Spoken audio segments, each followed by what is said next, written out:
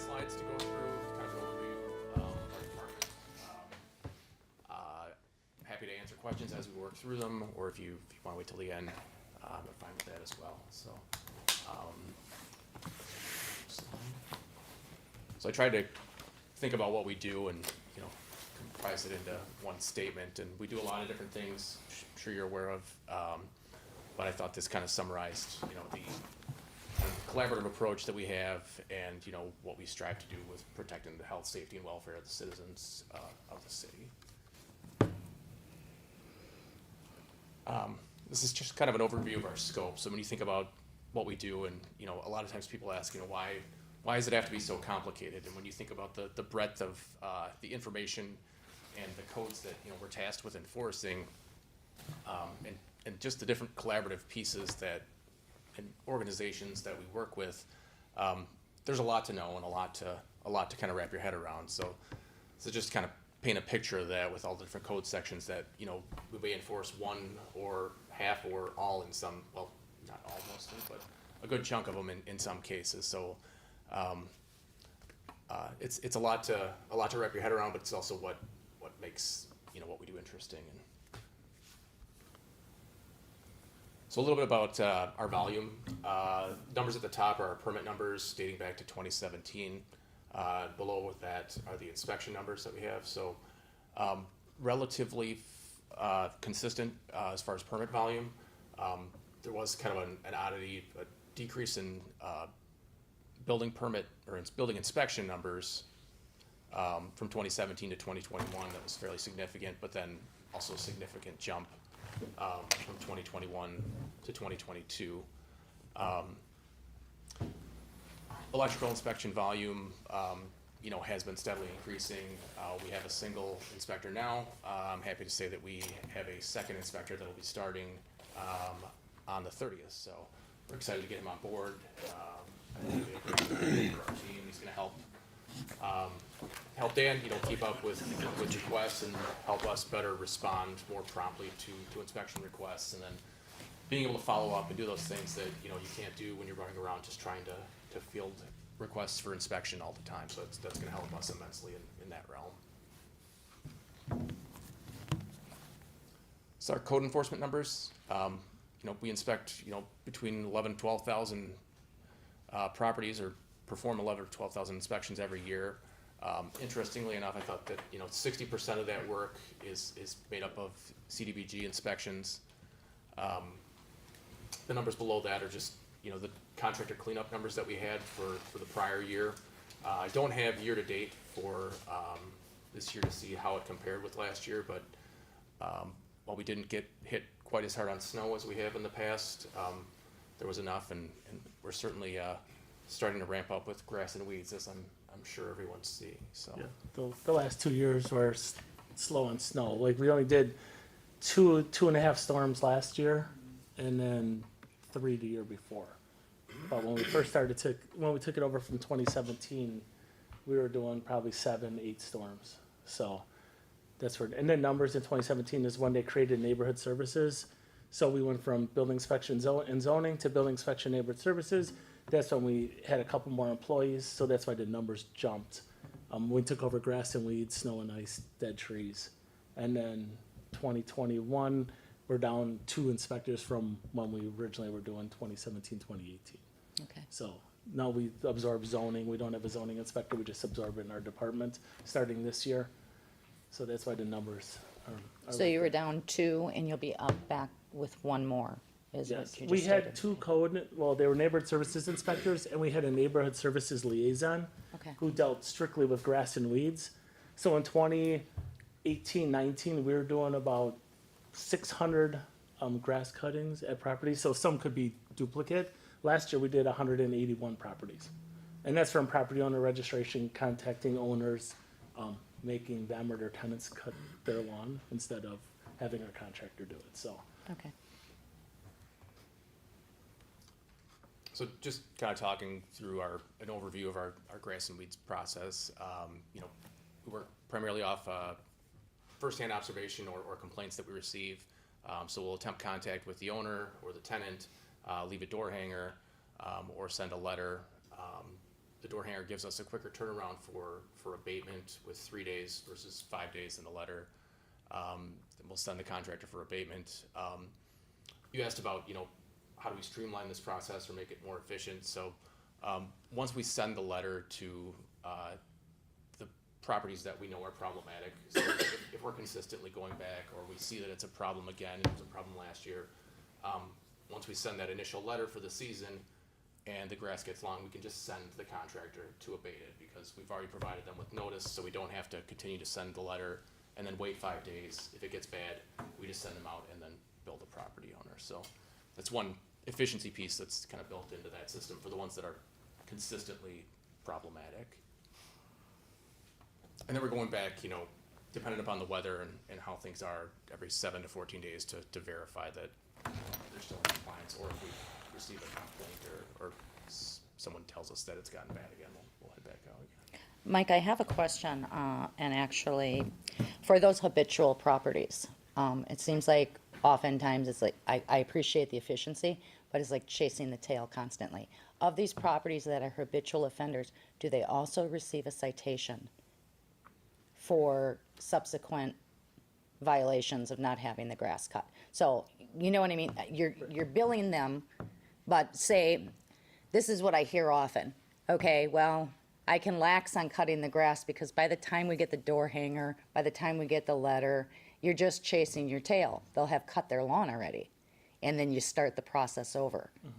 So is there a way of streamlining that or looking at that data and saying, okay, we've sent these notices out, like you said, one time. Is that just that one time it's put on the list then? Or does it have to be so many times thereafter?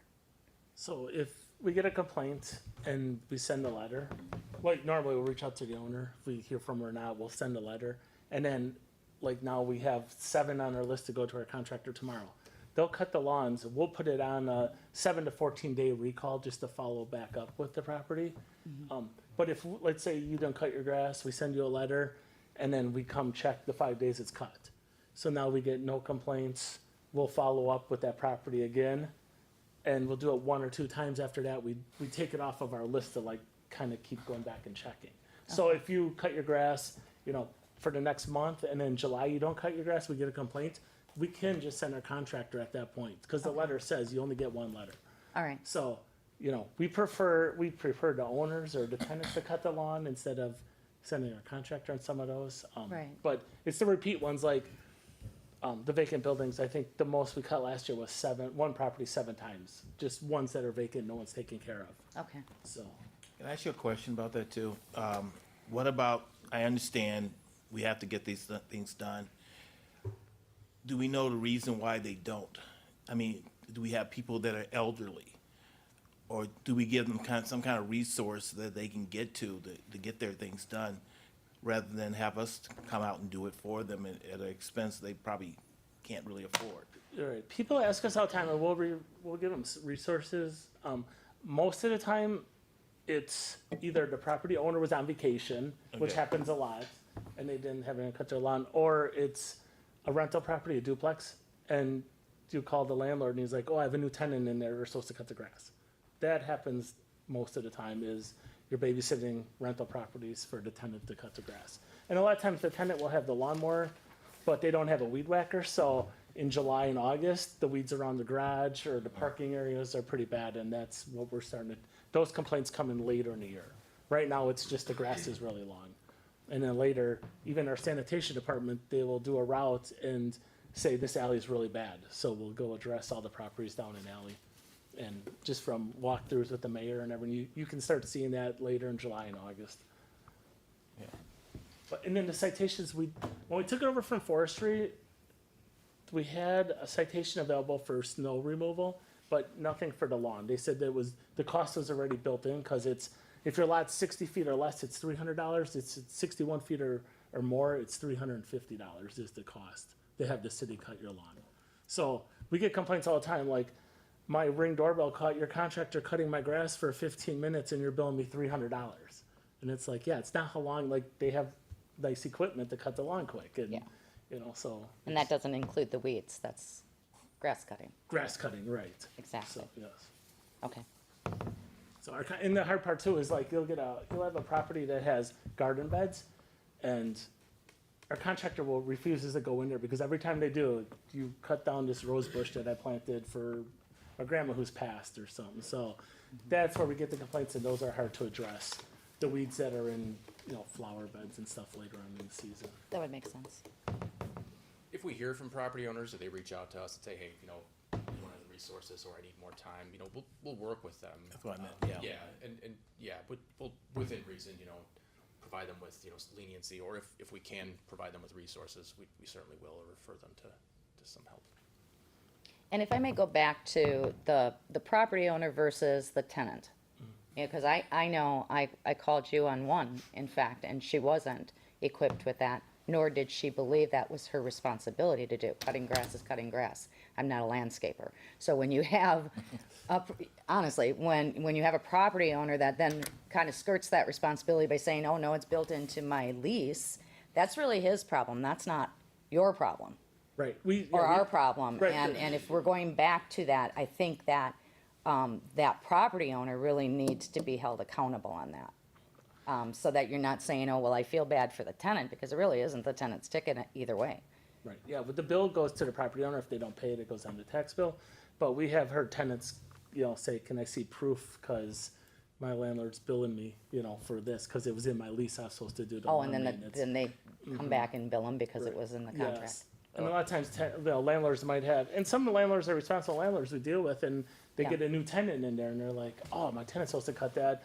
And we have, I won't say names, but landlords that own 50 properties, and you reach out to them, they're like, I'll contact my tenant. If they don't cut it today, I will cut it personally tomorrow. So, I don't know which way you guys prefer to go at, because we could just send our contractor every time we get a complaint and it's on the list, or we reach out to them, try to have them do it. Because if we do have it cut, we still have to get the bill from our contractor. We have to pay them. There's just a lot more work involved when the city cuts it. And that was my concern, is how much is your caseload following grass cutting? And is there a way we can look at that? Because you're needed in other areas. Some are short, but there's a lot of lawns to maintain. So if you're just chasing, lawnmowers, Right. that's not getting your caseload taken care of. So that was one of the reasons I asked for kind of some details on that for the process and how you guys handle that. So thank you. Who are you find are the worst violators? What are the worst violators? Well, the vacant properties are the worst violators. Right. So ones that the county refuses to take back for back taxes, and they're 6-7 years behind in taxes. So those are the worst ones, the vacant properties. And then the next would be like rental properties where the tenant's supposed to cut the grass. In cases like this, you don't send letters every month then? No, the letter says this is your one letter for the season. So we'll send letters. I think we're like 70 letters already. And you'll just get one letter for your property. Okay. So. Madam Chair, Oh, yes. while we're on grass, has there been some confusion about no mow May this year? A lot. Obviously, we're not doing it, but I know a lot of other communities are, and it seems it's been in the media quite a bit about other cities that are doing it. Are we getting any pushback on that? I know it wasn't a really widely accepted program when we did do it, and it was backyards only, if I recall, and you had to register.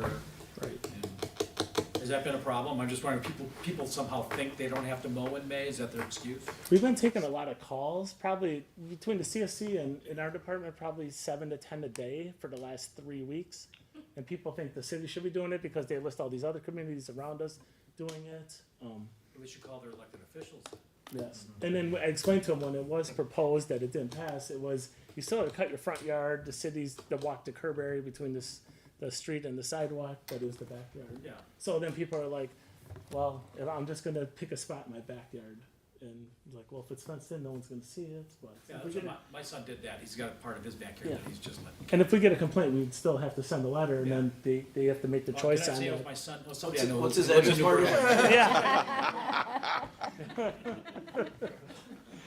And Marty, I think that's something, I reached out to Mayor Devine on that and asked if maybe we should revisit that next year. But part of this meeting too is where are we at on, rat abatement? Yeah. And because those were some of the specific reasons why it was not approved to begin with. I wasn't advocating that we do it. I know, but yeah, I just want to know if there was, because it seems like, nationwide, I believe it started in Appleton.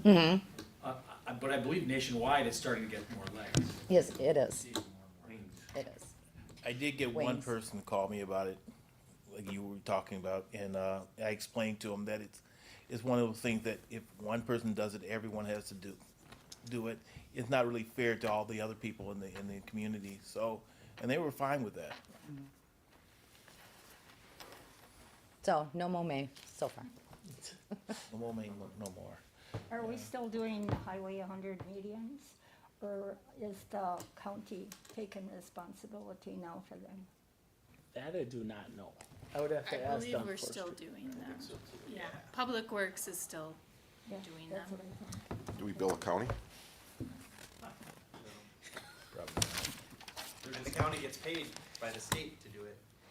But do we get that? No. Maybe we should fine them, cite them. We can talk about that at a different time. Yeah.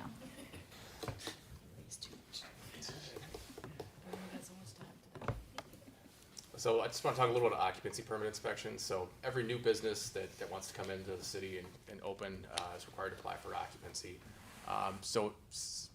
In 2022, we saw a 30% increase in our volume, which is huge for occupancy inspections. And that was driven in part by the incentive program that was offered through MEDC, but also I think part of that incentive program I think increased the numbers. We saw a lot of legitimate businesses come in. We saw some people trying to take advantage of fraudulent businesses by coming in. Where we see multiple occupancy applications at the same location starts to raise red flags. So we share that information with MEDC. But the overall increase is good. So seeing more businesses making application, and it forces us to kind of think about that process and how we can better help businesses navigate our occupancy process. One of the things we try to do is have a collaborative effort where we coordinate a single occupancy inspection with all the inspectors meeting there at one time, so that the business owner or the tenant doesn't have to meet 5 different entities at 5 different times and get 5 different points of feedback from them.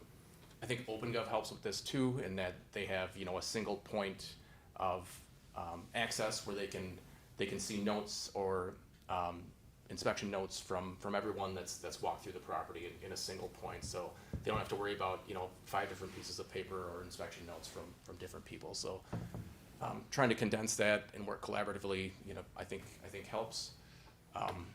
We do struggle, at times with complex occupancies, complex situations. So daycares, nail salons, sometimes small event spaces or change of use get complicated, and that it oftentimes triggers other code requirements that people starting a business may not understand and need help navigating. So I find that if we ask the right questions when we're communicating with them, we can try and help them through the process, by understanding what it is they're trying to achieve. And the more they tell us and the better we understand their business and what they're going to be doing, the better we can set them up for success and navigation of the occupancy process.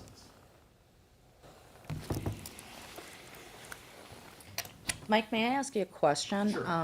How much do you feel that language barrier for occupancy is an issue? Do we have bilingual inspectors, for example? None of our field inspectors are bilingual. Okay, And none of we have bilingual staff in the CSC, but not in code enforcement specifically.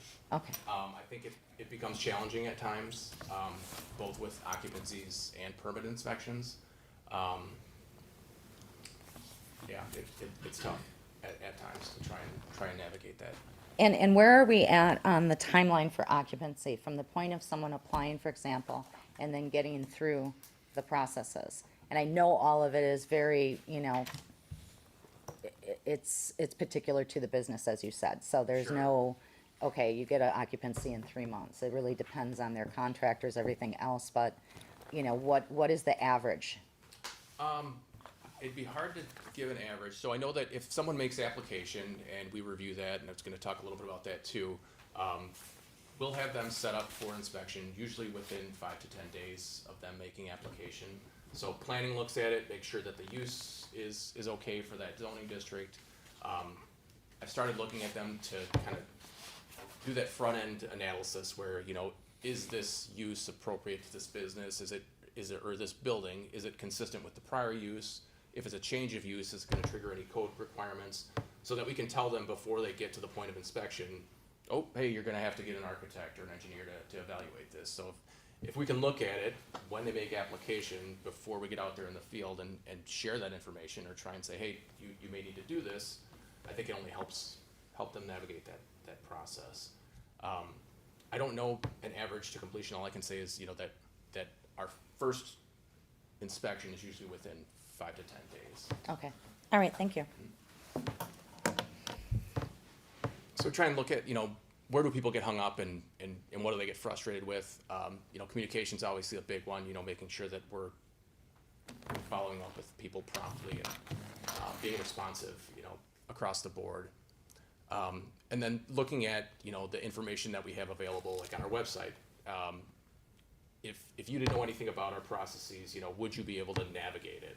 And, you know, where would you get hung up and where would you get frustrated? I mean, I think those are important things that, you know, we've talked about and, you know, kind of constantly looking at, you know, is the information we have that's available, you know, helpful and navigable to everyone, you know, be it a, you know, design professional or a contractor or, you know, a first-time business owner that's, you know, trying to work through our processes. So, you know, how do we better prepare people for doing that?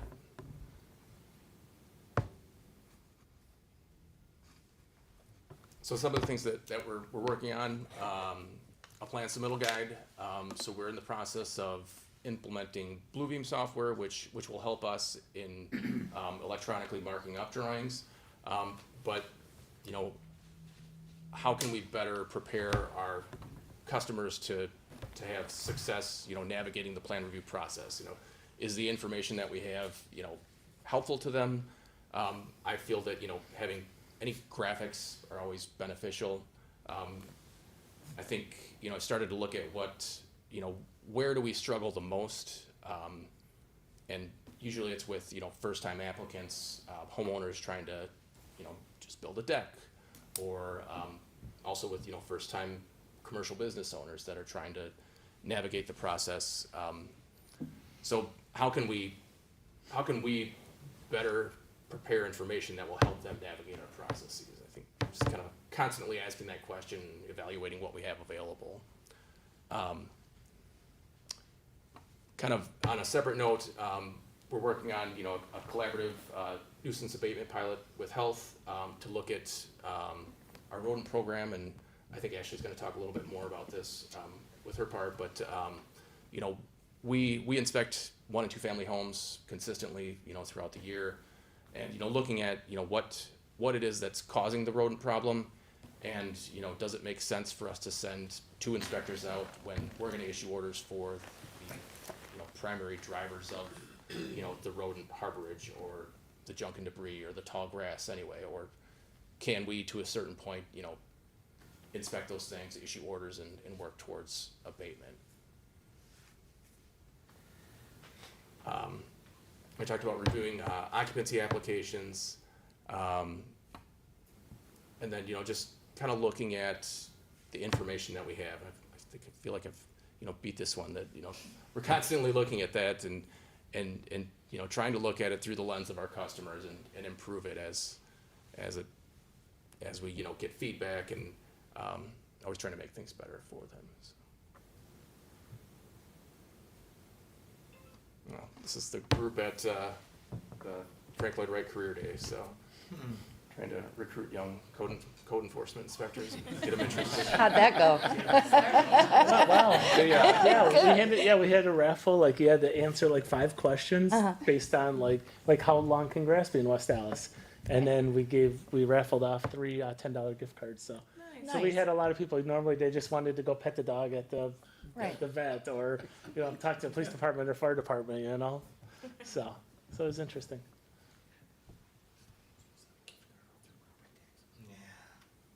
Well, you guys all look very happy there. It was West House Wednesday too, so we're in our West Okay, House. there you too, go. so. It's like, was it a Friday? That was Wednesday. We all had more traffic than the finance department, that's for sure. Well, that's really good. Yes, yes. Poor Jason was They were by next to himself. us, yeah. Finance was next to us, so. I have to say, though, that this year has been a year of positive responses compared to the other years. Past years, I received more positive responses from our customers than any other year that I've had complaints. So that's a plus. That's good. We'll give Mike that credit. He's new, so There you that's go. Run with it.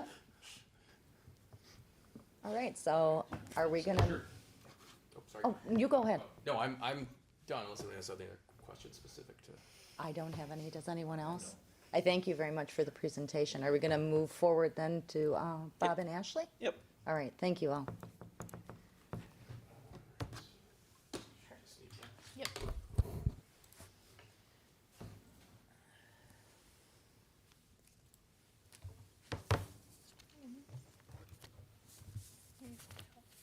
this slideshow. Yep, we're good. So I'm gonna kick us off with a brief overview of our department and our licensed facilities, and then Bob will take it over for the second half. So to just give you guys an idea of our staffing makeup within the Health Department Environmental District, we have 4 full-time employees, 1 environmental team lead, 1 environmental coordinator who's not in our lovely photo there, and 2 environmentalists that were hired within the last year. We provide our services to the city of West Allis, as well as contract with the village of West Milwaukee and the village of Greendale for environmental health services. And then in order to do our follow-up, we break up all of our areas into 4 environmental districts. Those were last set in 2021, but we're currently under the process of redistricting for a few different reasons. As Mike mentioned, we have a lot of new business happening in West Allis, as well as some of our other communities. So to just account for that workload, as well as some changes in our complaint load and additional staff responsibilities, our lines for our districts will be moving slightly. Nothing too dramatic, but you can see here, this is a very zoomed out version of our current district maps with the 4 areas broken down into the 4 colors. The large call out there is the village of Greendale, and then the village of West Milwaukee falls in that green area in the far right there. So those borders will be moving by probably a few blocks within the next month or 2, and we'll be sharing that out with the public as well as our alderpersons once those change, just so you know if it affects your district as well. But that will just allow us to have better follow-up and a better, more even distribution between each staff member for our workload. And then the main area that our environmental staff does is dealing with our licensed facilities. So in 2022, we had 566 licensed facilities through DATCAP, or the Department of Agriculture, Trade, and Consumer Protection. That largely is made up by our food licenses, which would be our grocery stores, restaurants, gas stations, anyone providing food, as well as our hotel, motel, tourist rooming houses, our lodging houses, public swimming pools, and tattoo and body piercing. And then we also do some non-DATCAP facility license for things like weights and measures, which is our gas stations, laundromats, jewelry stores, grocery stores, anything that's providing service based on time or weight. And then our animal sales and services, which would be like grooming and pet shops or fitness centers. And then some basic information about how we oversee our licensing program. So all of our facilities receive an annual inspection, and then depending on that inspection, we may move into enforcement. So doing facility educational follow-up visits if it's just some minor issues that we have, a more formalized fee-based reinspection if needed, as well as putting facilities on a risk control plan if they are warranting that level of follow-up. And as needed, we do facility closure as well. All of our new businesses, as Mike mentioned, get plan review and pre-inspection, collaborating with the other departments.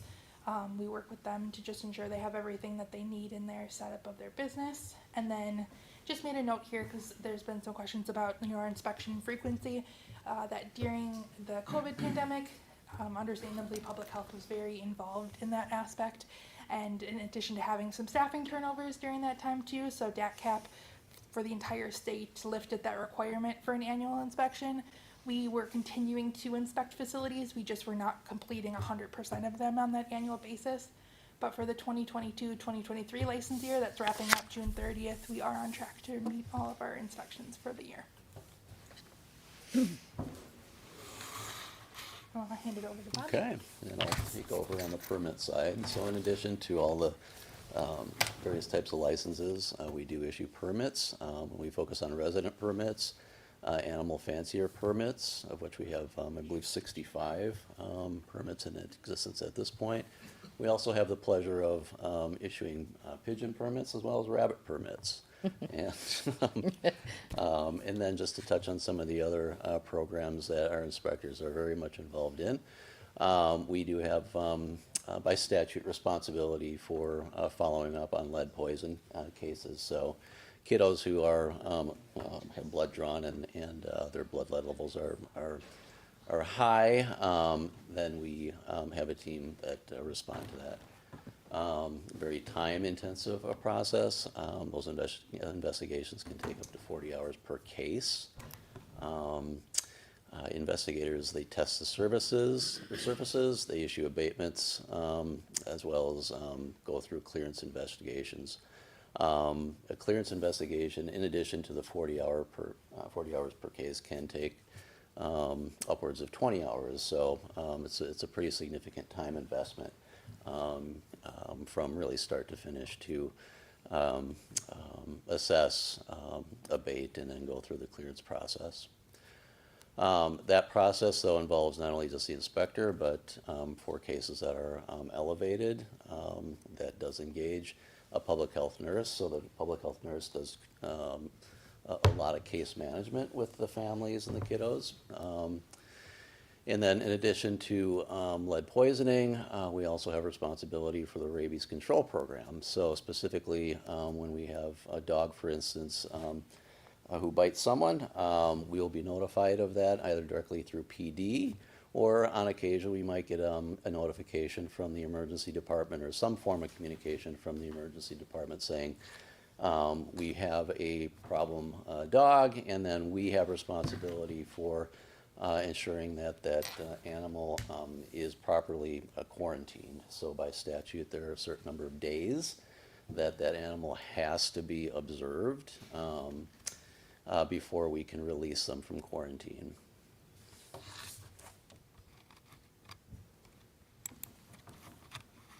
Bob, may I ask you a question as far as animal bites? Because there's so many residents now that do have animals.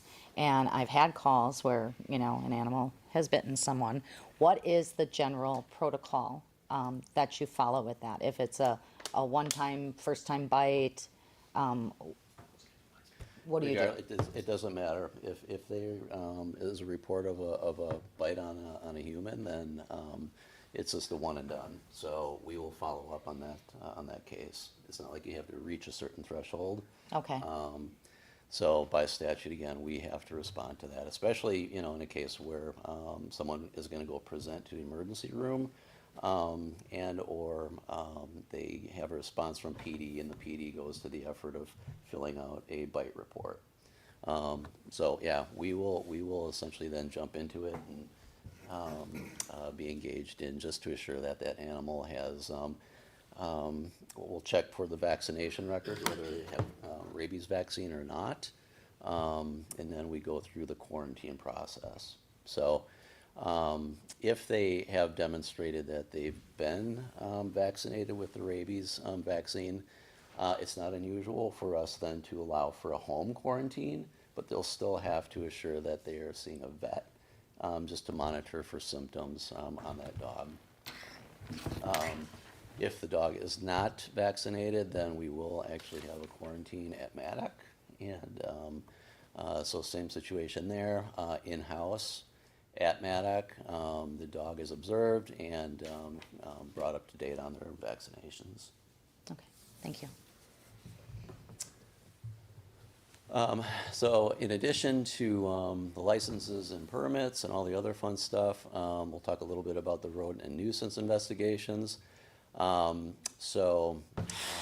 Nuisances is a broad category. So for 2022, we reported 402 total nuisance investigations versus 241 in 2021. So obviously, in large part because of the campaign, we saw significant activity with regard to the number of calls and complaints that came in. 210 of those were identified as rodent complaints, 23 pests, so that could be roaches, it could be bed bugs, 29 dog feces complaints, 12 garbage, 2 that involved yard maintenance, 4 feeding wild animals, 6 animal health and safety, 16 other animal, and so other animal could be a situation where we get a call for a skunk or chickens. We do respond to those calls. So just by way of example of what other animal is. Calls that we also address are hoarding. So we had 3 of those to report for last year. 14 mold calls, 4 indoor air quality complaints, 8 complaints that involved heat and or air conditioning problems at a residence. 17 water and sewage complaints, 4 noise, and then 34 that kind of fall under the general category of other. Bob, I had a question. For the 8 heat and AC and 4 indoor air quality, are those tenants calling in on a rental property? Yes. Yep. Thank you. Yeah, and these will include West Dallas and West Milwaukee as well. So then just to focus a little bit more so on the rodent program, activities for 2023. So this is what we are in the initial planning phases to do. So essentially replicating much of what we did last year to include the bait station. So we already have our contract with Orkin. So they will be very much involved. ContraPest, rodent birth control, as you guys have heard. Thanks Mayor Dan for putting us in touch with that product. We do have ownership of that product. So at this point, we're just talking internally about how we're going to roll that out. We were hoping that Orkin was actually going to help distribute in place and monitor, but they came back to us and said that it's something that they just are not willing to do. We had heard that apparently in some jurisdictions that Orkin was partnering or able to be part of that ContraPest distribution process. So they won't? They won't. So we are having to take ownership of that. Okay. Yeah. So that's that $2,000 that was put in the budget for that particular product. How is that, what is the product and how is it dispensed? Kevin? May I speak? Sure may. Kevin is our resident inspector, lead inspector. Sure. So it's placed inside a box, just like the Orkin boxes, the bait stations. It's a liquid in a container that they can only get from the inside of that station. I don't know exactly what the active ingredient is, but it's temporary, just like with the oral contraceptive. So if they stop consuming the liquid, they can reproduce again eventually. We have 20 of those bait stations, and then 4-month supply of refills. The reason why I asked Kevin is because there's been so much education put out there on either hiring a pest control company or just the basis of knowledge of putting your own bait stations out and picking them up at the hardware store. I would assume the answer to this is going to be absolutely no due to legalities, but could we pilot certain areas of the city where a resident would be willing for us to use that? So I had to run this by Department of Agriculture pesticide application program. They said only government employees are approved to put that in public right of ways. So no, we could not provide that to residents. I figured that was the answer. Thank you. Yes. I ask a question, why did Orkin refuse? Kevin, you have the specifics? They didn't give an exact reason why, but basically it wasn't on their local list of approved pesticides that their team here in the area will use. So I think in other areas, they have gone through those checks and balances to have it become approved. That's what I believe, but I didn't get a direct answer from them. Okay. Yeah, I think it's important to kind of keep in mind that, you know, when we started the program, we were really, and still continue to ideally be focused on kind of the best practices, industry best practices. So ContraPest, though it's promising, I don't think has really come out as being identified as an industry best practice yet. So to say Orkin, you know, didn't take it on for that reason, I don't know, but I wouldn't be surprised if they're a little nervous about jumping in at this point. Yeah. But yeah, we have talked about piloting that as well in neighborhoods where we aren't, essentially where we are confined to CDBG funds with the larger portion of the funding we have for the program. But yeah, looking at it as a pilot and then doing what we can to collect all the data that we need to, so then we can demonstrate its effectiveness as well. Thank you.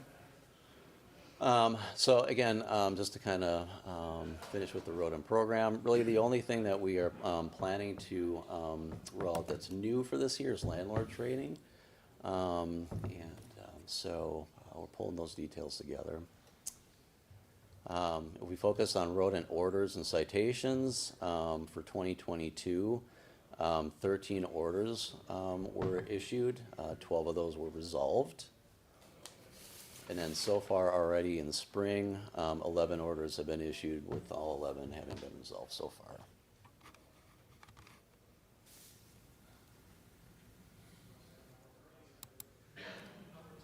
So this is our wrap-up slide here, but in reference to Mike's heads up with regard to our collaborative project here. We're looking at this as a project. We just really, just based on our discussion and the data, really understand and know that really the bulk of the calls that we're getting for rat complaints, they're of course resident-based and well over 50% of the time they're going to be property maintenance issues. So what we talked with Mike about recently was, let's look at things maybe a little differently, and rather than those types of calls coming in directly to the health department and us going out initially and making the time investment to go address an issue that invariably is going to get referred over to code enforcement anyway, Mike and his crew are agreeable to essentially be the point for those types of scenarios moving forward. So we'll look at it as a pilot again. Just look at any feedback that we get with regard to that new approach. Health will still be taking on the calls that have to do with multifamily residences, commercial businesses and such, but for resident properties that are have particular rat complaints, we're going to essentially defer to those experts now at this point to kind of take that on.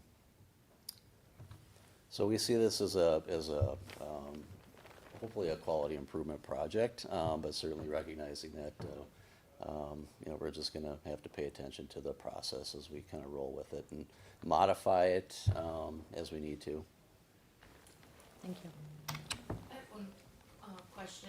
Bob, for when you guys are gonna do the collaboration, I know you have certain folks that are trained to search out where the rats are living, what's causing it. So is that environmental person going to join the bins person to say, here's where they're living, let's give some good education, here's your problem, but it's also a cause due to this overgrown grass and this, since those folks are trained to know where the rats are coming from, where they're living, where those exact problem areas are? Yeah, great question, yeah. So we're not completely taking ourselves out of that process, but if and when code enforcement goes out and they see that there are borough issues, that will become a referral to the health department.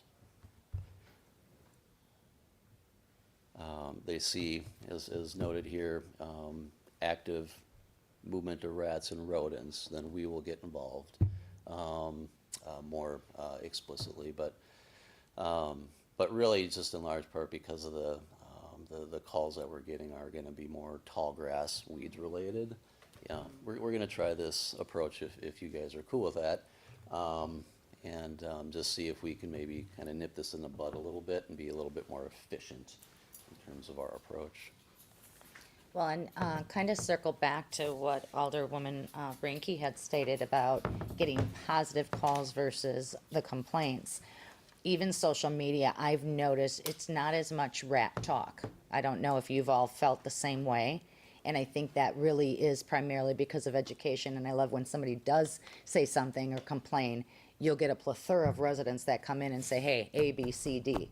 And so I know the message is getting across. So I applaud you guys for that work. And I think we have more work to do, obviously, but still, I think we're going in a really good direction. That's the end of our presentation. Well, I thank you all for attending. Does anyone else have any questions? Oh, we have one more. I'm sorry. I went to I'm so sorry. the council chamber, so I apologize for that. That's okay. I was wondering why I was sitting by myself.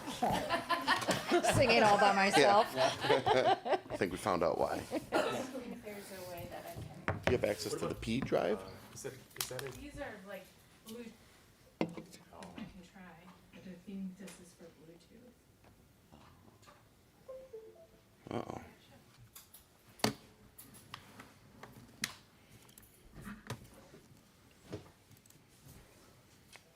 Common Council PowerPoint. Yep. Okay. Hello, everybody. My name is Armando Suarez Del Real. I am the deputy chief for the city of, well, obviously our fire department. I oversee bureaus of fire prevention and, grab that keyboard, please. Fire prevention and mobile integrated health care. So I'm going to probably echo a lot of the same things that the previous two presenters showed, obviously with a more specific view on fire code enforcement. What the fire department inspects. So we roughly inspect about 4,500, a little bit more periodics annually. We inspect all those properties every year. And then of course we do the occupancies and the specialty permits like sprinkler systems, alarm systems, hood systems, stuff like that. Every business gets inspected. The personal premises upon the request. A request is a nice way to say complaint. So if we get a complaint, then we'll go and see if there's any issues that can be resolved. Generally speaking, it's usually just neighbor versus neighbor, but at the same time, we don't have much jurisdiction with one or two family residences. It's usually based on the occupancy type.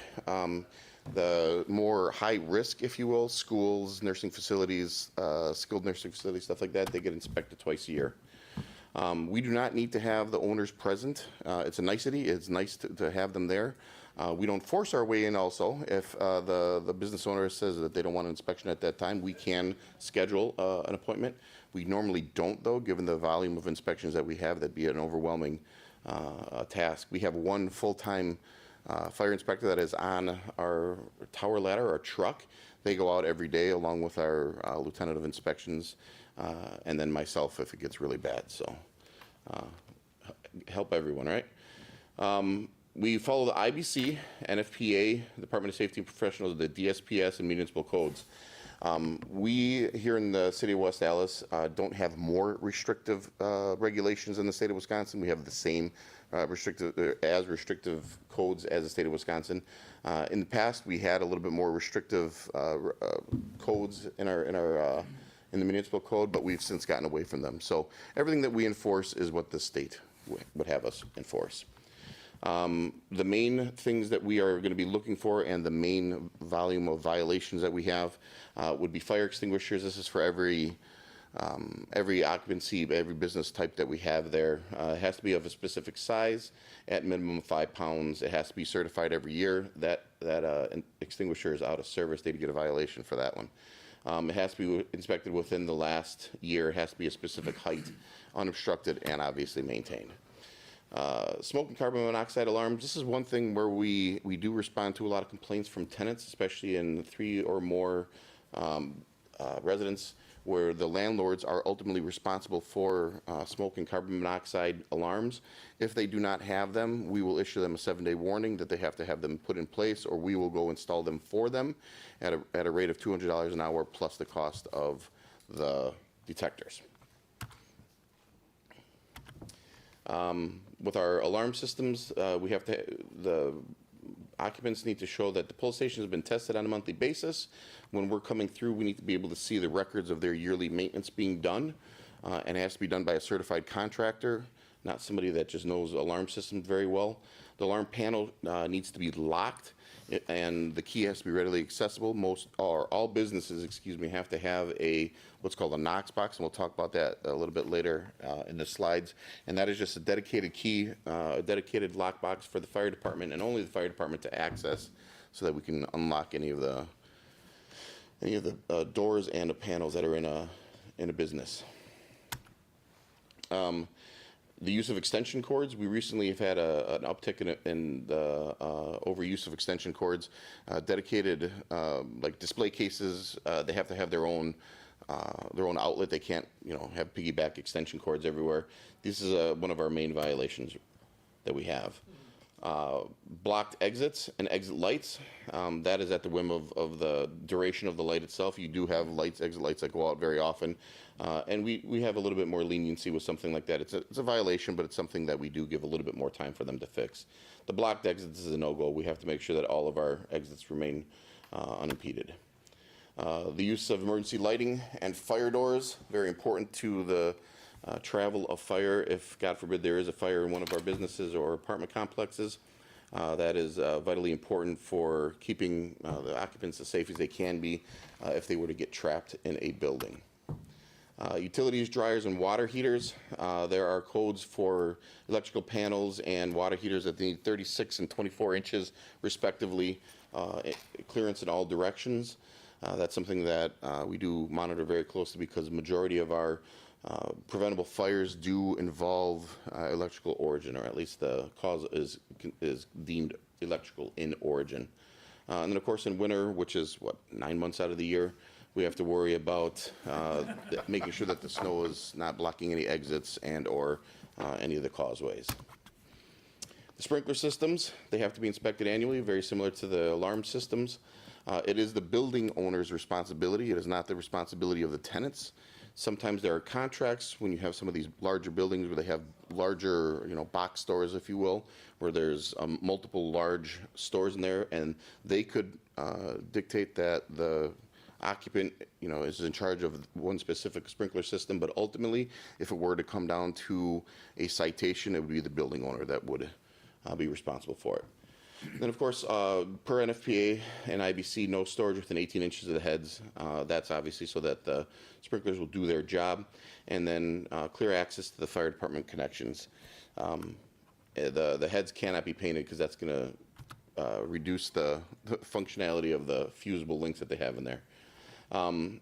That's a picture of one of the Knox boxes that we have. That one is inset into a wall. Majority of them are sticking out from the wall somewhere near the front entrance, depending on the architectural type or whatever type of building material they have. The fire department is the only department that has a key to that, and then within there they have, as you can see, there are some keys. Either it's a fob or a actual physical key that opens the alarm panels, the electrical boxes, and any of the doors. They have a master key in there. One of the things that we've started to do recently is ask that businesses that have what's called a fire department connection cap, what is on the right there, is a specific key that only we have to open that. Of course, it would never happen here in West Allis, but in other communities, people would open them and mess with them. That's a huge problem if you were to have a building on fire and you have an obstructed fire department connection. We use these to nurse the the sprinkler system. So there's a finite amount of water that's available for that sprinkler system, and we come and make sure it's pumped at the appropriate pressure to, keep the fire suppression abilities down of that sprinkler system. And if these are damaged or tampered with, then we can't access it, which is a big issue.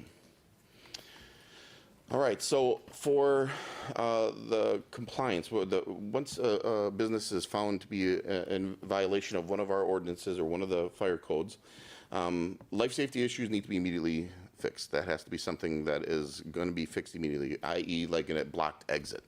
Our inspectors will not leave until that exit is completely unblocked. If it's not unblocked, then we'll go through the necessary citation process with the police department.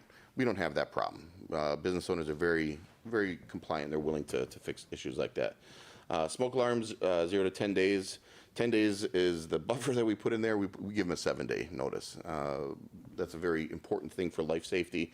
Smoke alarms have been found to have a great impact on survivability, so that's something we take very seriously.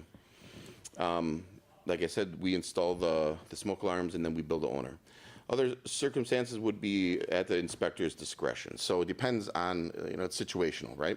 So if majority of our codes have a 30-day process, over the last year we decided to change that a little bit. We'll give our individual inspectors, the floor inspectors, we'll give them the ability to try to mitigate those violations within 30 days. What we're talking about is fire extinguishers that haven't been maintained in a year, or an alarm system, something like that.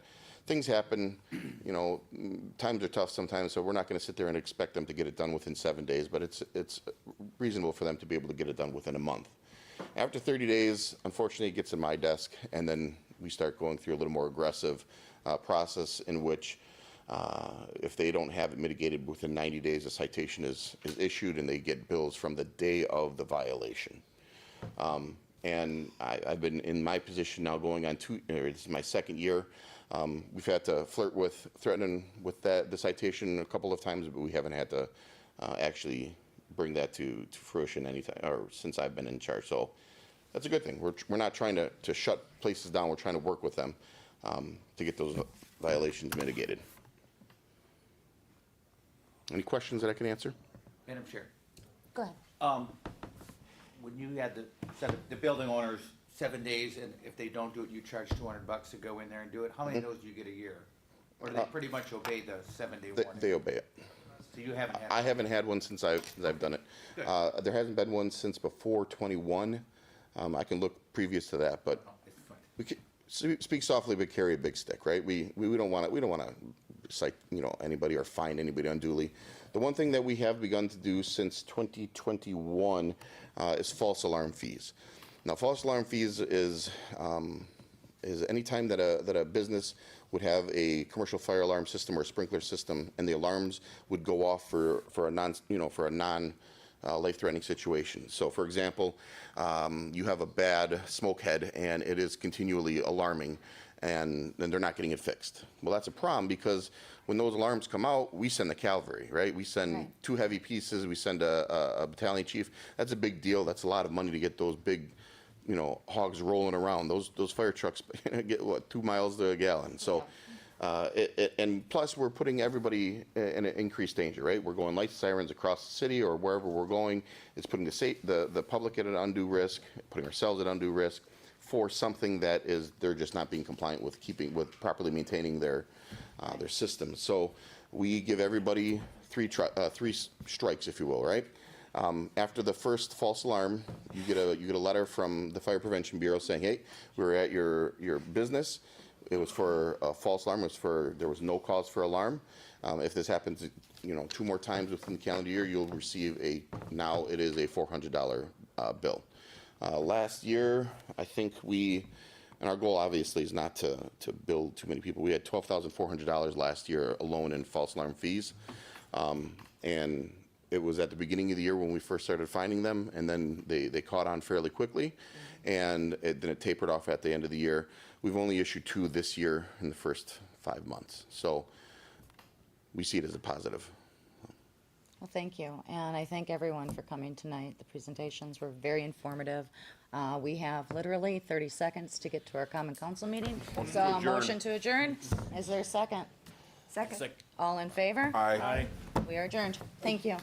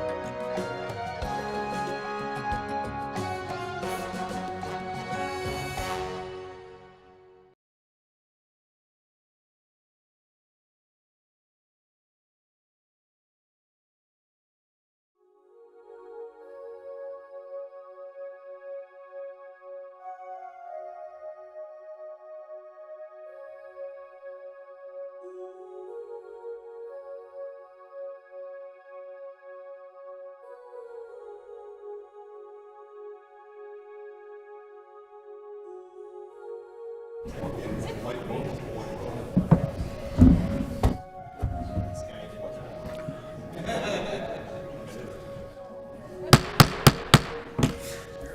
evening, ladies and gentlemen. We are going to call the Common Council meeting to order. I will ask our clerk to call the roll. Alderperson Lysick. Here. Ranky. Here. Rote. Here. Stefanski. Here. Turner. Here. Vitale. Here. Weigel. Here. Grisham. Here. Haas. Here. Keen. Here. 10 present. Quorum is present. Please rise if you are able and join us in the Pledge of Allegiance, which will be led this evening by Alderman Lysick.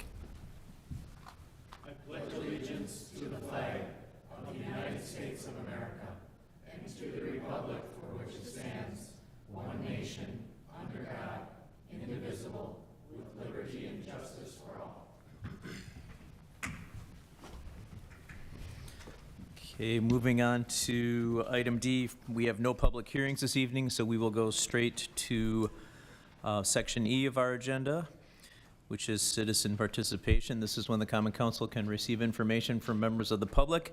We ask that you limit your comments to one statement of no more than 5 minutes, and we limit this period of our agenda to 30 minutes. Council cannot take action or debate the topics because they are not properly agendized. Does anybody wish to address the council under citizen participation this evening? All right, seeing none, we will close citizen participation and we will move on to item F. Our standing committees will be meeting during recess. Those room numbers are listed on the bottom of page 1. So if you are in attendance for a license or a permit or something related to committee action, please note those room numbers on the bottom of page 1. And if you still have questions, please approach myself or one of the council members or staff people and just ask where you need to be when we break for recess. We'll move on to item G, the mayor's report. There's a lot going on in West Allis coming in the next couple of weeks. I'll just touch briefly on the Public Works Open House, which is coming up on the 20th. There is a community-wide cleanup this coming Saturday as well. I want to take a minute to thank and commend the men and women from the West Allis Police Department, as it is National Police Week, and I want to thank them for all the work that they do. And I'm sure I'm forgetting something. Alderman Weigel usually catches me, but I do want to also mention that there's been a lot in the newspapers and the news, but the state of Wisconsin legislature right now is currently debating and talking about a financial bill which would tweak how local governments across the state are funded. And I won't go too much into the details on this, but I would encourage everybody watching, everybody sitting here, everybody in this room, to take a minute to read up on that and weigh in with your elected officials. The biggest component right now that I think we're looking at is the shared revenue piece, which is money that is tax revenue spent in West Allis that goes to Madison but somehow never finds its way back to the city it was spent in. And after 20 plus years, they are finally having a fresh discussion about reallocating that shared revenue money, which would then come back to West Allis to allow us to provide services like fire, police, snow plowing, library, health department, garbage, recycling, farmers market, parks. I could go on, streets. So please read up on that. I would be happy to talk to anybody who will listen, but people are sick of hearing me. But feel free to read up on that and just weigh in with your state senators and your state representatives as they go through that process. And hopefully you agree that we could use that money back to provide core services to our citizens and our businesses. That does conclude the mayor's report this evening. Do we have any alderpersons' reports? Mayor Devine, Alderman Weigel. à la carte. See? Sunday, June 4th, West Allis à la carte is back here in town. I think most everybody knows we close off Greenfield Avenue from 70th to 76th Street. There's food, there's beverages, there's all sorts of vendors. It's hosted by our downtown West Allis Business Improvement District and run by volunteers. It is a great time for everybody to come. It's growing every year as long as the weather cooperates. Again, it's always the first Sunday in June, so it's Sunday, June 4th, all day long, right here in downtown West Allis. Mayor Devine? Thanks, Alderman Weigel. Alderperson Grisham. I just want to remind everyone that this Saturday we have our citywide spring cleanup. We have a variety of neighborhood associations also participating. We have Conrad Gardens from District 3, East Alice and Liberty Heights. Everyone is meeting over at Veterans Park this Saturday, I believe, is it 9 a.m.? 9 a.m. The cleanup items will be provided. For those people in the community that typically branch out just in that District 2 area, you're welcome to go down and pick up your supplies and go back to your district area and coordinate your cleanups as well. So we hope to see a full house, and we thank the West Dallas PD for coordinating that once again, and our DPW for providing their time and service. Thank you. Thank you. Any other alderpersons' comments? Mayor Devine. Alderperson Keene. To add 2 items, one is in District 3 on Saturday, there is a neighborhood rummage. Lots of houses are participating, I think about 20. So bring your dollars and quarters and hit up District 3, maybe bring a garbage bag, pick up some trash on your way. And then to add to West Dallas a la carte, there's a booth that's going to be held.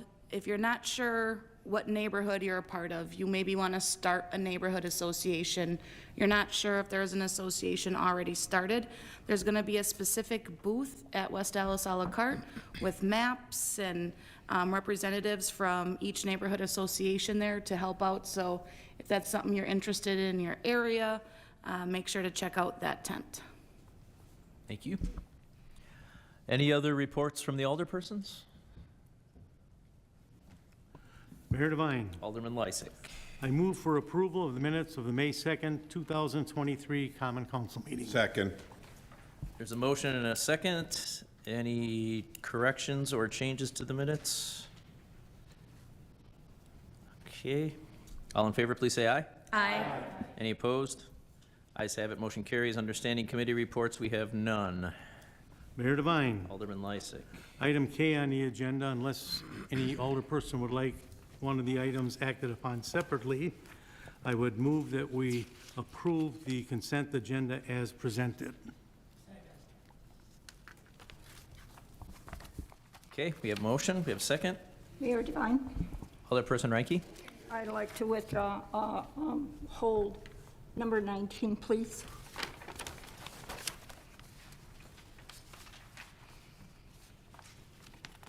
Okay. Is there any objection to holding item 19? Okay. Anything else? All right. Then on the balance, I will ask the clerk to call the roll. Alderperson Lysick. Aye. Ranky. Present. It's on the whole consent agenda. Oh, to hold, okay. No, this is on the whole agenda. Oh, Everything else. thank you, Tom. Sorry about that. Aye. Rote. Aye. Stefanski. Aye. Turner. Aye. Vitale. Aye. Weigel. Aye. Grisham. Aye. Haas. Aye. Keen. Aye. 10 in favor, 0 opposed. Motion carries.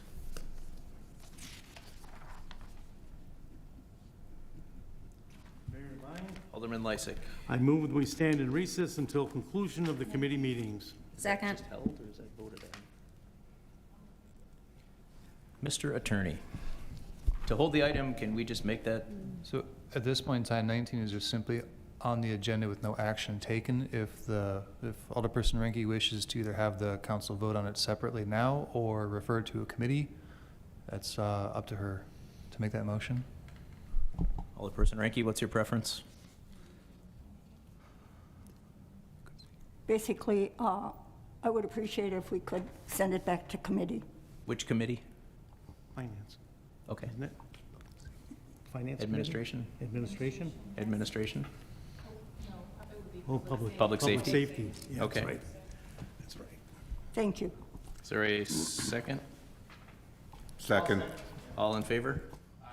Opposed? Okay, that is sent to public safety. Mayor Devine, Alderman Lysick. I move that we stand in recess until conclusion of the committee meetings. Second. There's a motion and a second. All in favor?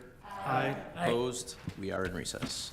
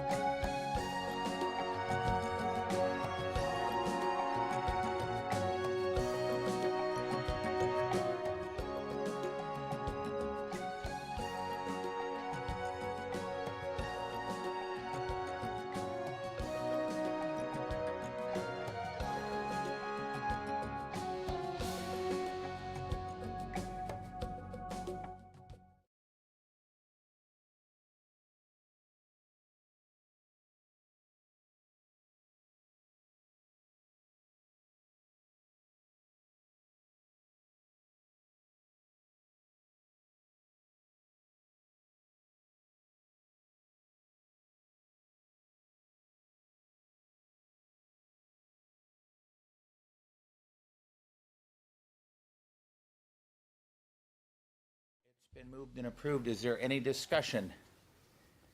Hearing none, all in favor say aye. Aye. Aye. Oppose?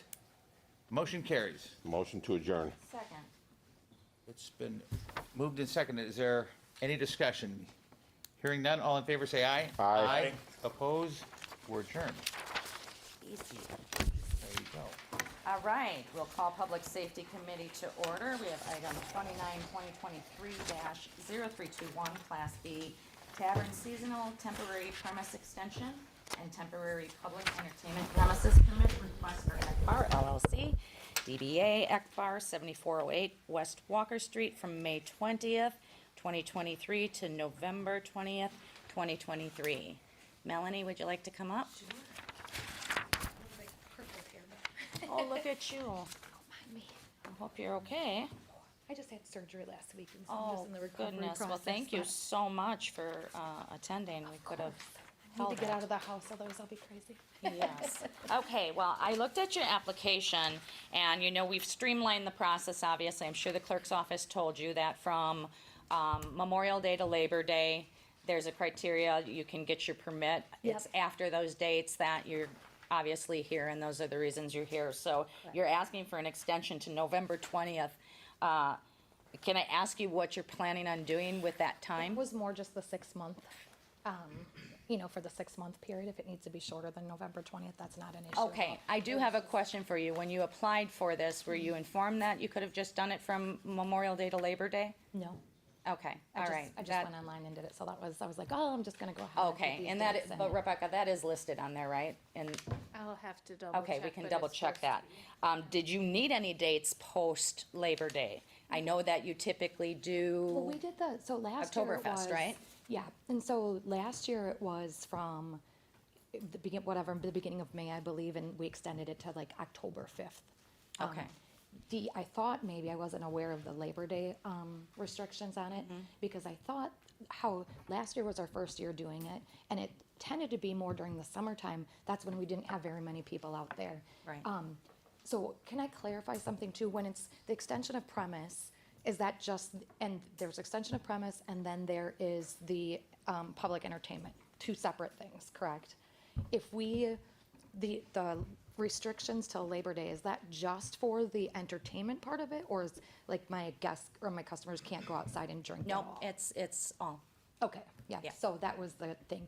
Because last year what happened was during the summertime and the dog days of summer, nobody wanted to sit outside, they wanted to be in air conditioning. So I was like, Exactly. well, that would be really cool to have it into October when it's still fall time. We could have, the fire out there and, Right, right. do that type of a thing. Yeah. But I wasn't aware of the Labor Day restriction. Yeah, it's just May through, Memorial Day to Labor Day, but if you would like that weekend for Oktoberfest, if you are planning on doing something, we can add that into it. I would be happy to approve Sure, that. that would be great. If everybody else would be in consensus. Do you Sure. have those specific dates that you typically hold? I think it hold was, that? last year, I believe it was October 5th. Okay. Sorry, Can is that you- a Saturday? Yeah, So that would be October 7th this year. Okay, October 7th, so if we can add that October 7th to it, so it would be from Memorial Day to Labor Day, and that one extra day that will be on this, if it is approved. that would be perfect. Okay, I make a motion to approve. Second. Okay, is there any discussion? Alderwoman Ranky? Madam Chair, I have the end date as 11/20. Yep, that's what we were just talking about. I wasn't aware of the I'm Labor, sorry? I wasn't aware of the Labor Day or the limit to Labor Day, so I just put it from 6 months from May 20th to November 20th. It's rather. We just Yes. changed it. It's right. Right. I was wondering what the reason was for. Yeah, that's what we were, it was just because of the 6-month period, because they said that you could do I it for see. 6 months. I Okay. wasn't aware. All right, thank you. Yeah, so Rosie, the motion, and there was a second on the floor, is that they will just have the regular dates Right. from No, I Memorial Day. understand You that. got it? Okay. Yep, that would be All right, any other discussion? All in favor? Aye. Any opposed? Motion carries. Perfect, thank you Thank so you, much. and you get well soon. Oh, thank you so much, I Thank you. appreciate it. All right, moving on to item 30, 2023-0340, request to extend outdoor premises hours at 7140 West Greenfield Avenue to 10 PM for all Wednesdays until October 31st, 2023. I don't believe he's here. Who's the that the 71? Deco? Is his No, name Walter? 71st. This is where the street is blocked off. The Deco. Next to the Deco. Oh. So this is for the Wednesday night events. Okay, So that's what the request is, and doesn't really fit into our temporary extension, it doesn't really fit into our amendment process, so we just put it through. okay. Should we have a discussion on this rather than saying, okay, let's hold it? I mean, obviously, it's self-explanatory, it would be 10 PM, but it doesn't really fit into our hours. Mayor Devine, do you have anything to weigh in on that?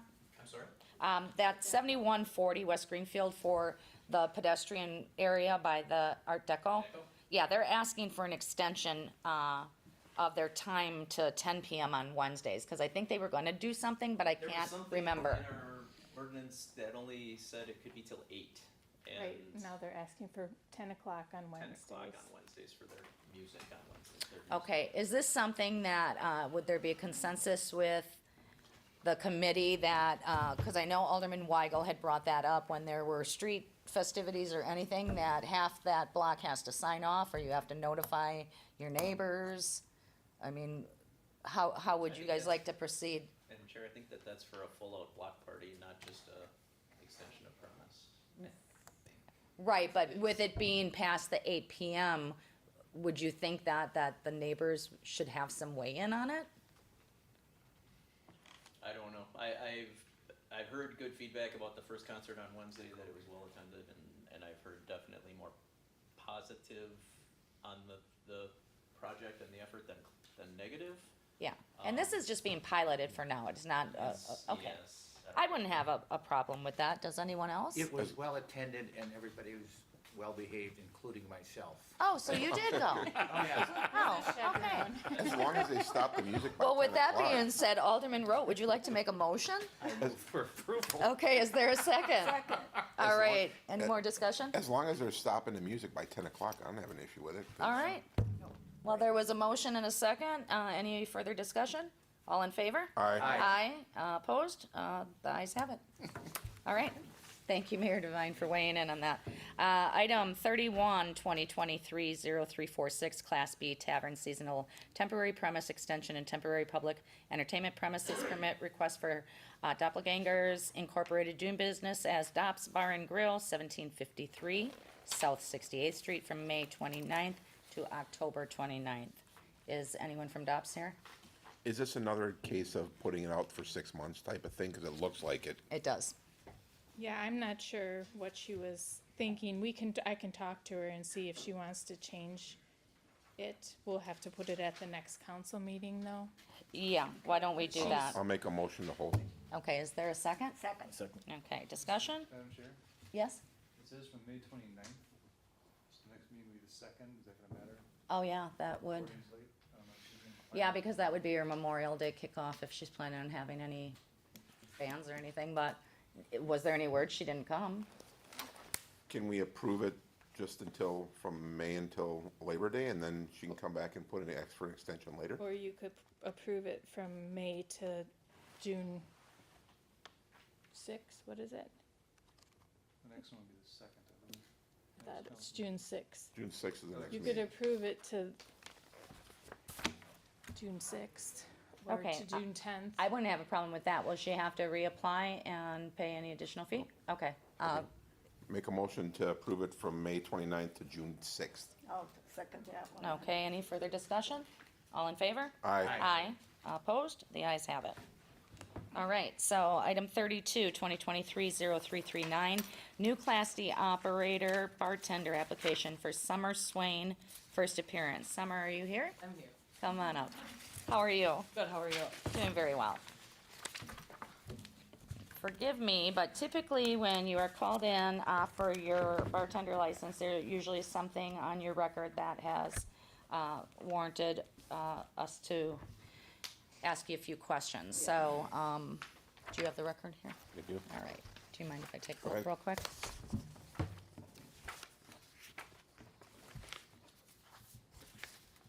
All right, Summer, I have a few questions for you. Looking back on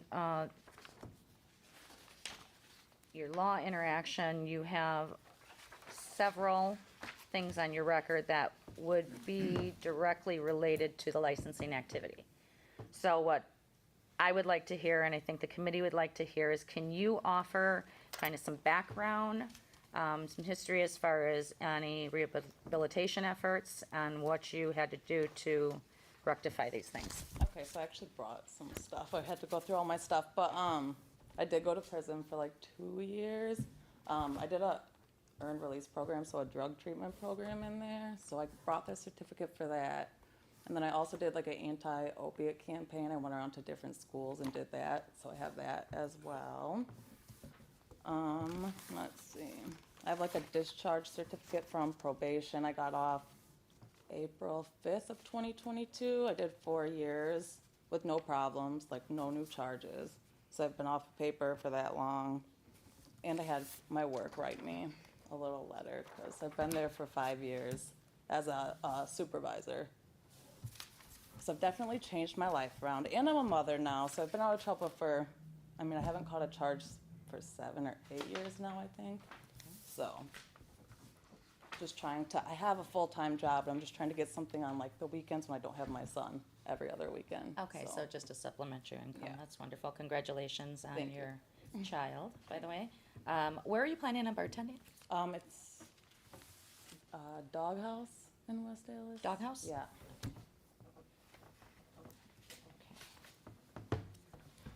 And just want to say that that's very impressive that you Thank brought you. what you did. Thank you. I had to look And through that my you're doing so well. Yeah. So I appreciate that very Thank much you. that you brought that forward. Does any other committee members have questions? No? Would we have I a? make a motion to approve. Okay, is there a second? I second. Okay, there's a motion and a second. Discussion? All in favor? Aye. Aye. Aye. You guys are the best. Approved? I was so nervous. Seriously, I was telling my mom for the last like 2 weeks, I'm like, I'm so scared. You guys are the best, seriously. Thank you. Thank you. Can you put that on social media? I swear I will. I seriously will. Watch. See, we I'm didn't- begging you guys. I'm to. just kidding. And we didn't have any startling teeth or nothing. Exactly. I'm so happy. You guys are awesome. I appreciate It it. Thank you, sounds good like luck. what you told us, that you're the best. Oh, That is, gosh. that's impressive. It Thank was- it you. was. Lots of work. Congratulations on your new Absolutely. life. Thank you. Thank you very much. I appreciate that. All right, and you it guys. still will be going to the council floor, but. Okay. Okay. You guys are the best. All right, item 33, 2023-0359, 2023-25 new operators license bartender Class D operator application for Samantha LeBon.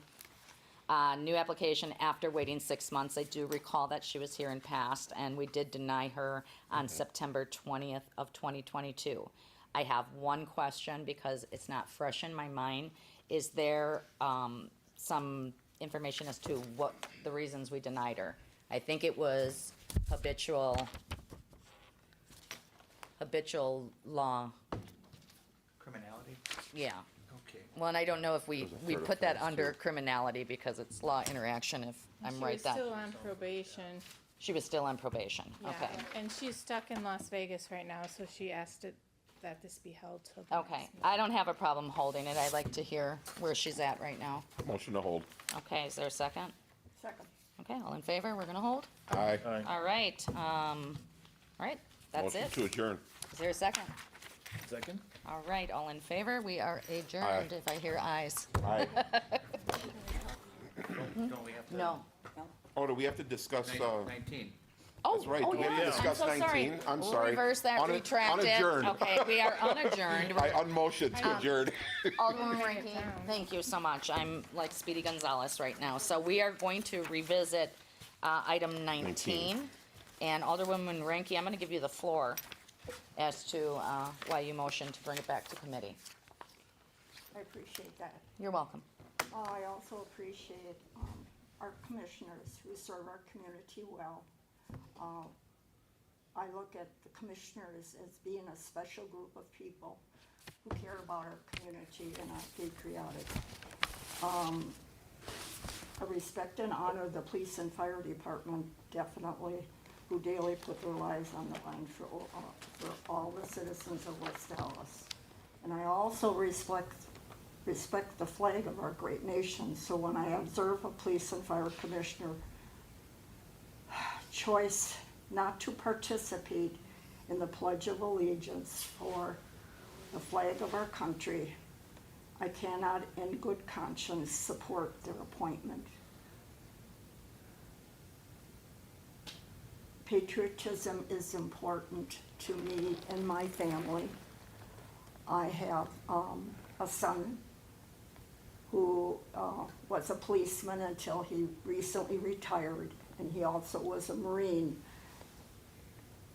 I have to answer to him as to what is patriotism. And I guess I was taken aback when I observed this happening at this particular meeting, where the applicant was present and did not participate in the flag ceremony. So, I guess I need maybe other opinions of this by the committee members. If they could share it with me, I'd appreciate it.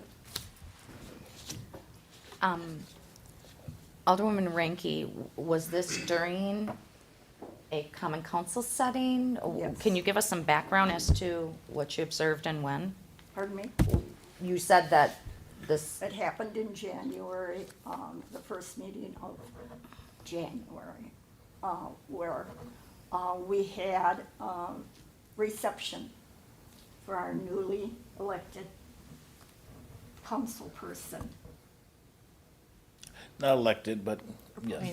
Appointed. Appointed, thank you. I apologize. Well, we elected you apparently, Yeah. okay? Well, most of Appointed, you but did. thank you Most for of the you. correction. I guess I just need some feedback on this.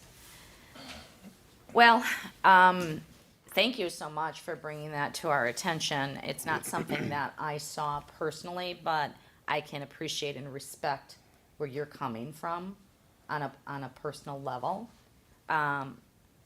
However, I don't know how that pertains to the actual appointment as far as this person's qualifications or otherwise. And I'm gonna give you an example. And I'm not gonna try to be long-winded. I was a Girl Scout leader for many, many years, and there was a Girl Scout in our troop who was going through some things, and she decided at the beginning of our pledge, at the beginning of our meetings, we always did the pledge. I am firmly patriotic. It is so meaningful to me. And I didn't know what to do when this young lady refused to stand. She didn't cause a problem. She just said, I didn't want to stand, and I'm not pledging allegiance to this. And I didn't even know how to respond because it hurt me personally. But later I went to the council and I asked, how do I handle this? I can't impose my beliefs or my feelings on this child. I'm her mentor. So what I was told is this young lady had every right to not participate, even if it was a matter of me being offended or otherwise. Asked me to make it more of a teachable moment. Had a conversation with her and learned a lot. We both did. But I guess on a personal level, I can appreciate why you would ask this to be pulled. Do I think that that's enough that I would say no, she shouldn't be appointed? I can't honestly say yes, or that I have that right to say that, because I don't know, could it have been that she was injured and she couldn't stand? You know what I mean? There could have been a lot of different things, and I just want you to put that in your mind in considering this. You know, when I hurt my knee, it was invisible. I wasn't in a cast or otherwise, but I sure had a hard time standing. You know, so I think it would have been worthy to maybe have a conversation with the person, even if it was just a phone call and say, hey, would you mind explaining? And that's just me playing devil's advocate here. But I do agree with you on a personal level, because I do value the same thing in being patriotic. And I would appreciate expect a person to stand and I pledge. did have a conversation with Mayor Devine, and he was very sensitive, we'll put it that way, regarding, because he had indicated this person did a good job. And he thought perhaps it would help if we spoke to her on her reason for not participating. So I reached out to her last night. And I asked if possibly she'd be interested in sharing why she didn't participate. And she indicated she had, and I don't know if I should go personal on this, Attorney Decker. I mean, whatever she told you, it's your decision whether you're gonna disclose that or not. So if she was free to tell you, she's obviously trusting you to decide and use your discretion as to whether she wants it to be public. She indicated that she had bad knees. However, my thoughts were, I'm sure that her hands and her arms were fine. And any veteran in a wheelchair would have found reason to put their hand over their hearts and make the pledge. So that is my reason for how I will vote. But I wanted to share that with the committee, because I am concerned. I am concerned. Madam Chair.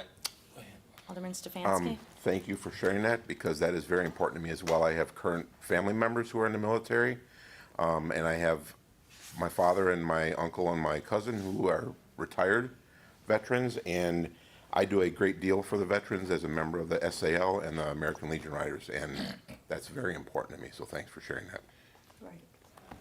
The only thing I have to say is, like you, my father, my sister, my brother, my family is in the military, my family in the police in different cities.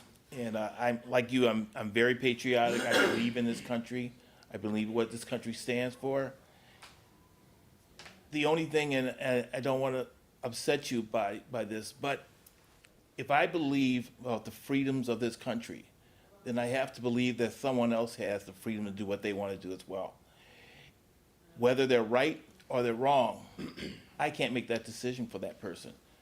But we're basing this on something totally different. And maybe they might change. Perhaps they will.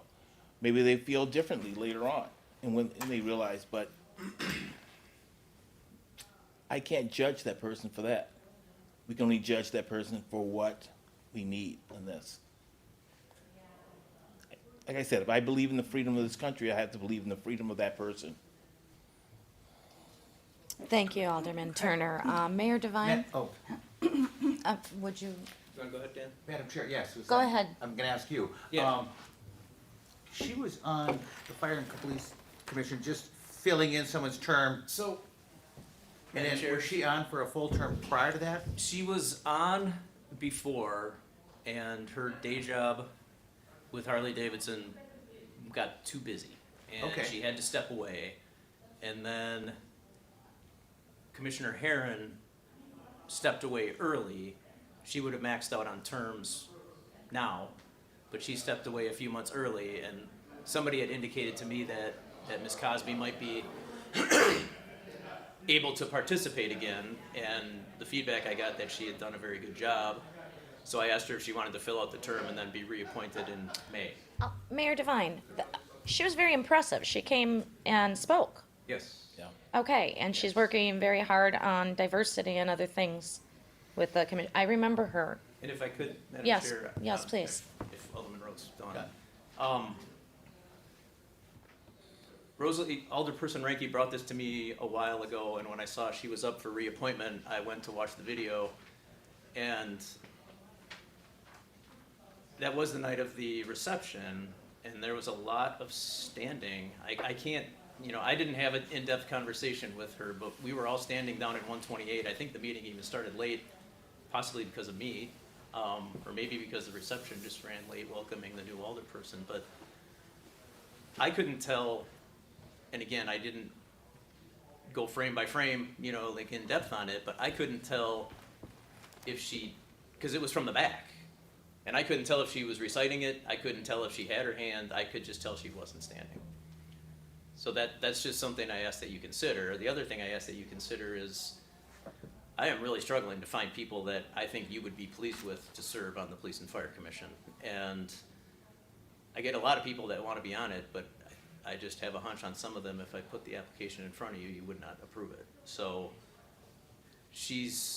I'm just asking that you also consider that she has done this before. She was effective.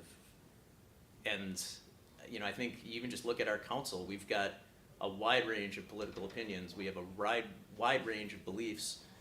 And people may vote for us not knowing that they're going to agree with every political stance that we have personally, but they're going to support us because they think we're going to be a solid representative and being their voice in this building and in this body.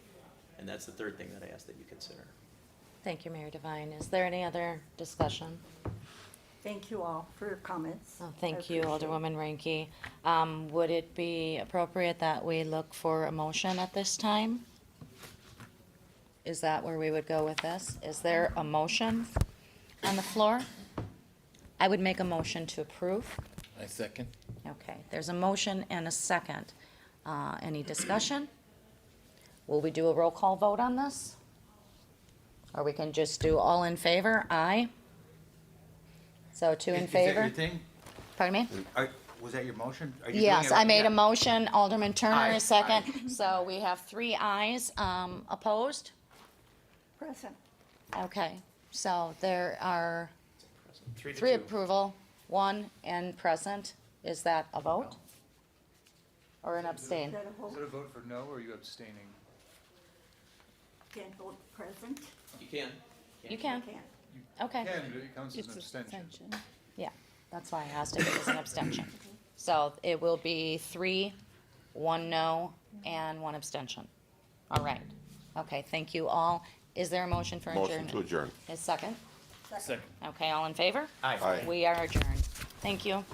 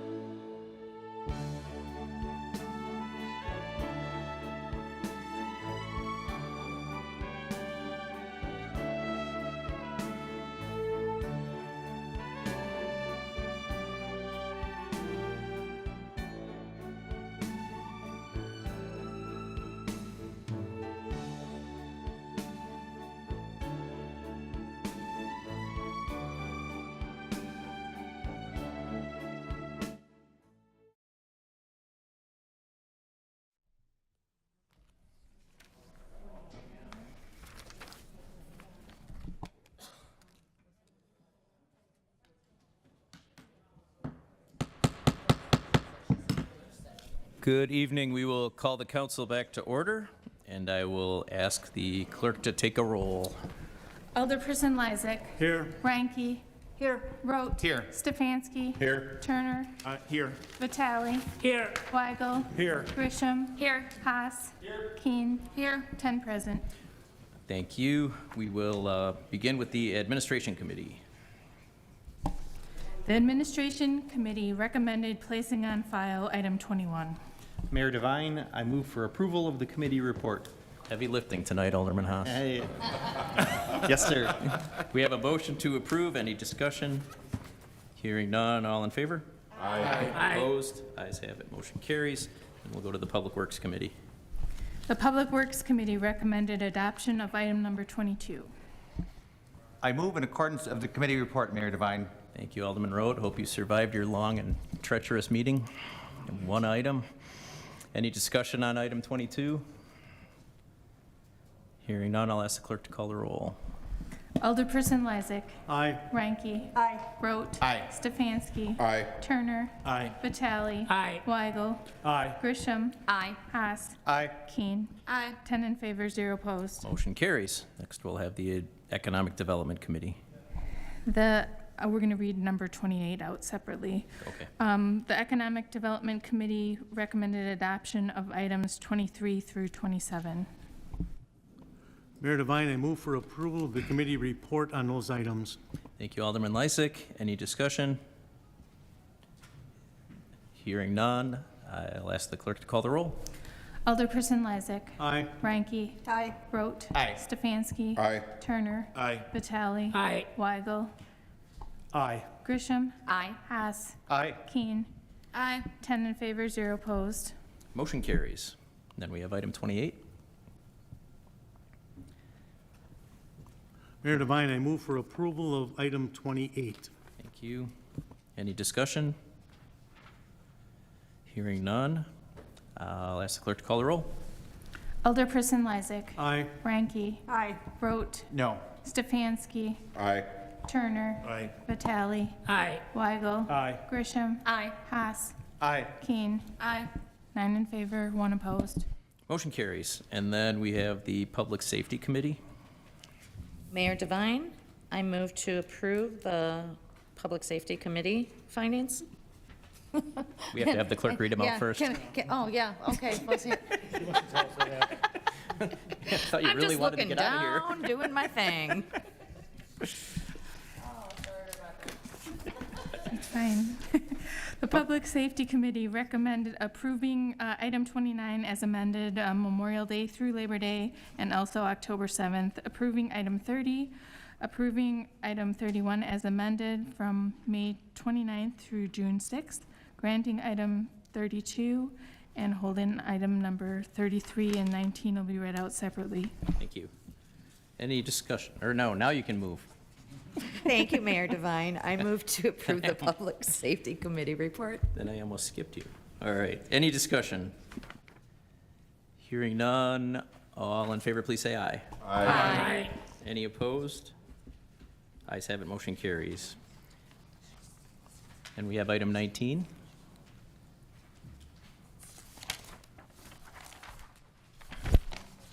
Oh, well, sure. The Public Safety Committee recommended adoption of item 19 on a 3-1 and 1 vote, 3 in favor, 1 opposed, and 1 abstention. Thank you. Do you want to move approval of that one? I'm sorry, I moved That's okay. for approval. Okay. We have a motion to approve. Any discussion? Hearing none, I will ask the clerk to call the roll. Alderperson Lysick. Aye. Ranky. Aye. Rote. Aye. Stefanski. No. Turner. Aye. Vitale. Aye. Weigel. Aye. Grisham. Aye. Haas. Aye. Keen. Aye. 9 in favor, 1 opposed. Motion carries. Mayor Devine, Alderman Lysick. I move that we adjourn until our next regularly scheduled meeting, June 6th at 7 p.m. Second. We have a motion, we have a second. All in favor? Aye. Any opposed? The ayes have it, and we are adjourned.